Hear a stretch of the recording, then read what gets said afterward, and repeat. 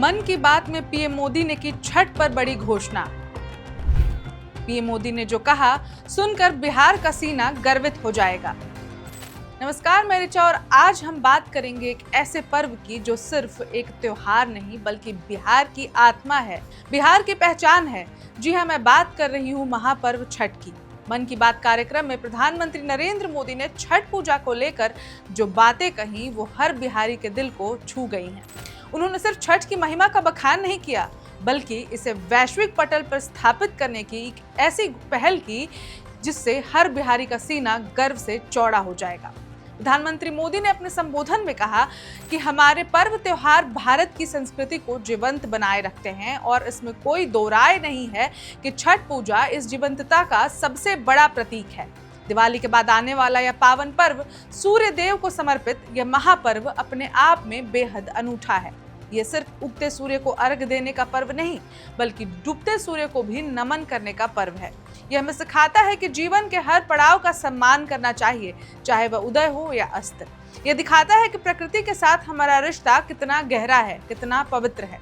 कल्पना कीजिए शाम का वो नजारा जब डूबते सूर्य की लालिमा पूरे आसमान में फैल जाती है और हजारों लाखों लोग नदी या तालाब के किनारे खड़े होकर पूरी श्रद्धा और भक्ति के साथ उस ढलते हुए सूरज को अर्घ देते हैं। छठ पूजा सिर्फ एक धार्मिक अनुष्ठान नहीं, यह तपस्या है, त्याग है और प्रकृति के प्रति असीम श्रद्धा का प्रतीक है। 36 घंटे का निर्जला व्रत, साफ सफाई का विशेष ध्यान और हर नियम का कठोरता से पालन, ये सब दिखाता है कि छठ व्रतियों के मन में कितनी गहरी आस्था है। ठेकुआ और अन्य पारंपरिक पकवानों का प्रसाद बांस के सूप में सजाकर सिर पर उठाकर घाटों तक ले जाना, यह सब एक अद्वितीय अनुभव है। यह हमें जड़ों से जोड़ता है, हमें अपनी संस्कृति और परंपराओं का महत्व समझाता है। प्रधानमंत्री मोदी ने छठ को वैश्विक पटल पर लाने की जो बात कही है वह सिर्फ एक घोषणा नहीं बल्कि एक सपना है जो अब साकार होने की ओर अग्रसर है।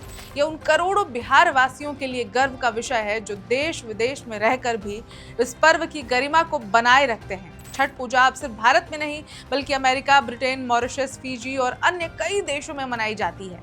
ये दर्शाता है कि हमारी संस्कृति कितनी समावेशी और कितनी प्रभावशाली है। हम सभी को यह समझना होगा कि छठ सिर्फ सूर्य देव की उपासना नहीं, यह प्रकृति की उपासना है, जल की उपासना है और जीवन के हर छोटे बड़े अंश की उपासना है।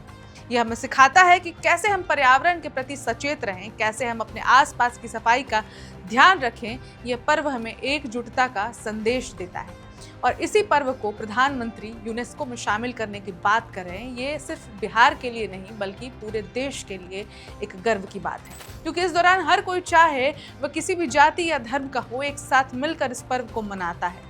यह पर्व हमें यह याद दिलाता है कि हमारे पास एक ऐसी समृद्ध सांस्कृतिक विरासत है जिस पर हमें गर्व होना चाहिए। प्रधानमंत्री मोदी की यह पहल इस विरासत की ओर और भी मजबूत करेगी और इसे विश्व के एक मानचित्र पर एक नई पहचान दिलाएगी।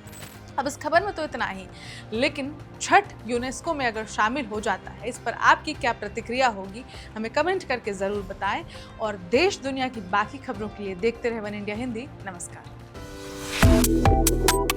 Subscribe to One India and never miss an update. Download the One India app now.